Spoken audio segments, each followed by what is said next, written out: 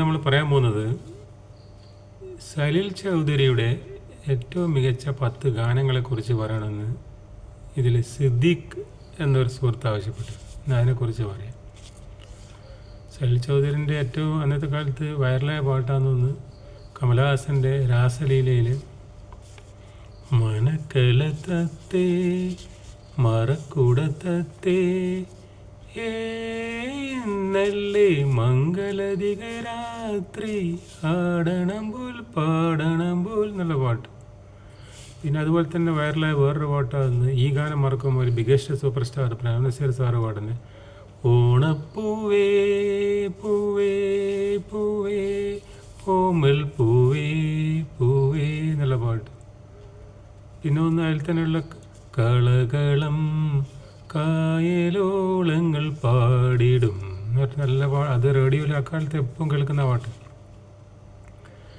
പിന്നെ ഒരു പാട്ട് മദനോത്സവത്തിൽ മേലെ പൂമഴ താഴെ തേന്മഴ എന്നുള്ള പാട്ട് വന്ന് പിന്നെ മാടപ്രാവേവാ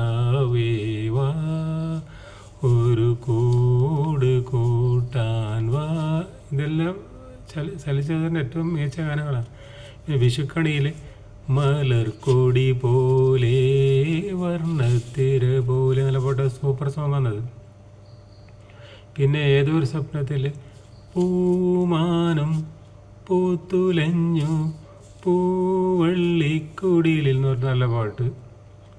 പിന്നെ നെല്ലിലെ നീലപ്പൊന്മാനെ എൻ്റെ നീലപ്പൊന്മാനെ എന്നുള്ള പാട്ട്. അതുപോലെ തന്നെ ലതാ മങ്കേഷ്കർ പാടിയ കദളി ചെങ്കതിൽ പക്ഷേ ഞാൻ ഇതിൽ ഫീമെയിൽ വോയിസിനെ കുറിച്ച് പറയുന്നില്ല, വെറും മെയിൽ വോയിസിനെ കുറിച്ചാണ് പറയുന്നത്. പിന്നെ തുലാവർഷത്തിൽ ഇതാണെൻ്റെ പ്രേമ കുടീരം ശതാവരി ചിത്രകുടീരം ഇണചേരുമാശ്ലേഷത്തിൽ ഇളം മണ്ണ് പൂത്ത കുടീരം ഇവിടെ നിൻ പദസരം കിലങ്ങുകില്ലേ വിടരുമോ